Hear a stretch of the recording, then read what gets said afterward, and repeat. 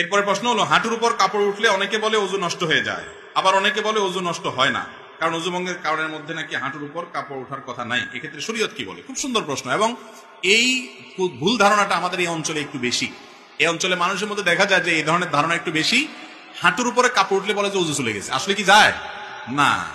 হাঁটুর উপরে কাপড় উঠার সাথে ওযু যাওয়ার সম্পর্ক, ওযু যাওয়ার সম্পর্ক কিসের সাথে বলেন তো? ওযু ভঙ্গের সাথে। বায়ু আসলো কিনা, পেশাব পায়খানা আসলো কিনা, ঘুমায় পড়ছেন কিনা, এগুলো ওযু ভঙ্গের কারণ। বেহুশ হয়ে গেলেন কিনা, রক্তপুষ পানি বাইরে হয়ে গলায় পড়ছে কিনা, এগুলো ওযু ভঙ্গের কারণ। ওযু ভঙ্গের কারণ যদি না পাওয়া যায়, তাহলে হাঁটুর উপরে কাপড় ওঠার কারণে কি হবে না? ওযু ভাঙবে।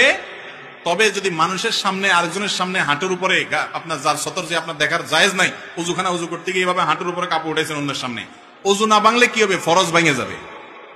ফরজ ভাঙা বুঝেন কি? সতর ঢাকা ফরজ না, সেটা ভেঙে যাবে। সেটা ভাঙলে গুনাহ হবে না। এই জন্য ওইটা বড় গুনাহ হবে। ওযু ভাঙলে তেমন কোনো বিপদ হতো না। ওযু ভাঙলে আবার ওযু করতে না, অসুবিধা কি? কিন্তু গুনাহ হয়ে যাবে অন্যের সামনে। এই জন্য যাতে অন্যের সামনে হাঁটুর উপরে রান টান এগুলো দেখা না যায়, এই জন্য ওইটাকে ঢেকে ঢুকে রাখবেন। কিন্তু যদি কোনো কারণে উঠে যায়, তাতে ওযু ভাঙবে না, ওযু থাকবে।